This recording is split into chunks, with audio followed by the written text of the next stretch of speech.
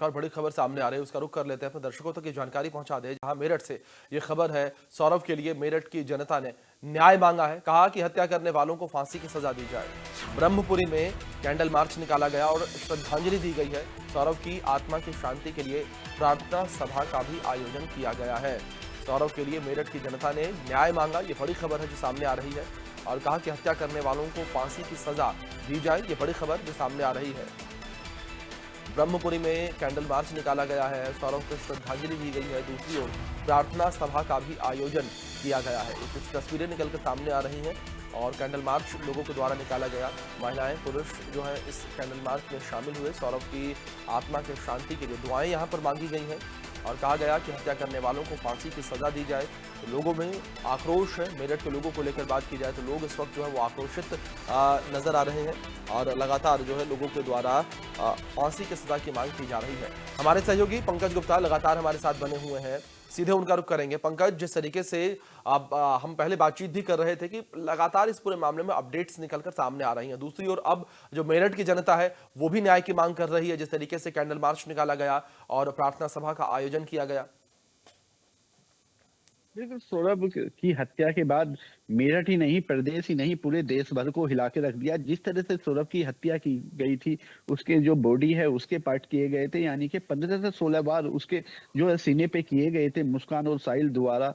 उसको लेकर लोगों में काफी आक्रोश है। जिस क्षेत्र में ये घटना हुई है ब्रह्मपुरी में, उसके लोगों ने कल कैंडल मार्च निकाले हैं। वहीं उसके हत्यारों को यानी कि मुस्कान और साहिल को जो है फांसी देने की मांग उनके द्वारा की गई है। काफी 1 किलोमीटर से भी ज्यादा उनके द्वारा कैंडल मार्च निकाला गया है। वहीं उसकी आत्मा को शांति की भी उन्होंने 2 मिनट का मौन धारण किया है। लेकिन तमाम जो मेरठ के लोग हैं उनमें गुस्सा है। जिस तरह से मुस्कान और साहिल ने इस जघन्य घटना को अंजाम दिया है, सभी के रूह कांप गए। क्योंकि सबसे बड़ा सवाल इसमें आखिर एक ही है कि आखिर मुस्कान को ये करना था तो वो सौरभ से तलाक ले सकती थी।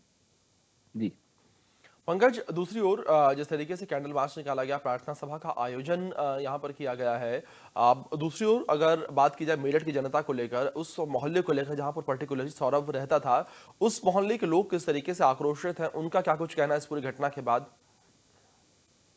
बिल्कुल, उनका साफ तौर पर कहना है कि जिस तरह से मुस्कान द्वारा इस घटना को अंजाम दिया गया है, मुस्कान और साहिल दोनों को फांसी हो। क्योंकि इससे पहले जो है उनकी जो मुस्कान है, उनकी माताजी ने बिल्कुल स्पष्ट कर दिया कि हम यानी कि मुस्कान की कोई भी पैरवी नहीं करेंगे। और वहीं मुस्कान को भी इस चीज का बिल्कुल आभास हो गया। उसने भी 2 दिन पहले जेल अधीक्षक से कहा था कि मुझे एक सरकारी वकील चाहिए। जो मेरे माँ बाप है वो मेरे इस मामले में कोई मदद नहीं करेंगे, ना मेरी वो पैरवी करने वाले। तो इसलिए जेल अधीक्षक ने एक लेटर था जो कल कोर्ट में दे दिया था। अब कोर्ट क्या उनको सरकारी वकील देती है तो कोर्ट का अपना फैसला होगा। जी। लेकिन जिस तरह से लोगों में आक्रोश है, जिस तरह से लोगों में गुस्सा है, अगर पुलिस रिमांड लेने के बाद इन दोनों को वहां का पर लेके जाती है तो हो सकता है कि लोग पुलिस के हाथ से इनको छीन के या इनके साथ वहां पर मारपीट करें। क्योंकि दूसरी चीज, आप एक तस्वीर और अभी कुछ समय पहले आई थी, जब इनको कोर्ट में पेश किया गया था तो वकीलों ने भी इनके साथ कोर्ट में पेश करते हुए मारपीट की थी। लेकिन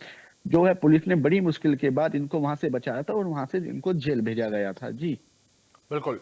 पंकज, दूसरी ओर जिस तरीके से आपने जिक्र किया, अगर इस पूरी जांच पड़ताल को लेकर बात की जाए, जिस तरीके से जांच पड़ताल लगातार आगे बढ़ती चली जा रही है, अब ऐसे में जो जेल अधीक्षक हैं उनका क्या कुछ कहना है पूरे मामले को लेकर, या जो जांच अधिकारी है उनका क्या कुछ कहना है कि किस तरीके से चार्जशीट जो है तैयार की जा रही है? क्योंकि दूसरी ओर पुलिस की टीम जो है वो जाहिर तौर पर अपनी ओर से ये पूरा प्रयास करेगी कि इतनी स्ट्रांग चार्जशीट तैयार हो कि दोनों ही आरोपी बच ना पाए।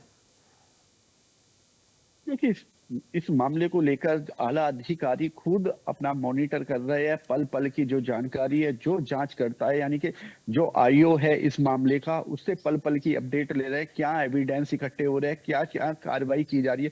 क्योंकि मेरठ के इस हत्याकांड ने सबको हिला के रख दिया है। लेकिन सबसे बड़ी बात इसमें पुलिस अधिकारियों ने बिल्कुल साफ कर दी थी कि इसमें कहीं भी कोई गुंजाइश नहीं रखी जाएगी। जितने भी जो साक्ष्य है, जितने भी सबूत है साहिल और मुस्कान के वो सब इकट्ठा किया जाएगा। लेकिन सबसे बड़ा जो चीज है, जब मुस्कान और साहिल की गिरफ्तारी हुई थी, जब ही से यानी कि जो है मुस्कान का जिस कमरे में हत्या की गई थी उस कमरे को सील कर दिया गया था, लेकिन जो साहिल का कमरा था जहां से साहिल की गिरफ्तारी हुई थी उस कमरे पे ताला तो लगा दिया गया था, लेकिन उसको जी सील नहीं किया गया था। लेकिन उसके बावजूद भी यानी कि ताला लगा होने के बाद भी 2 से 3 कैमरे उसके अंदर पहुंचे थे। आला अधिकारी इस चीज को लेकर परेशान थे, जब वहां पर ताला लगा हुआ था तो उसके अंदर कैमरे कैसे पहुंचे, जो वहां पे अंदर यानी कि साहिल के कमरे के अंदर एविडेंस है, क्या उनसे कोई छेड़छाड़ की गई, किसके इशारे पर अंदर कैमरे पहुंचे थे, उस चीज को लेकर जो है थाना ब्रह्मपुरी के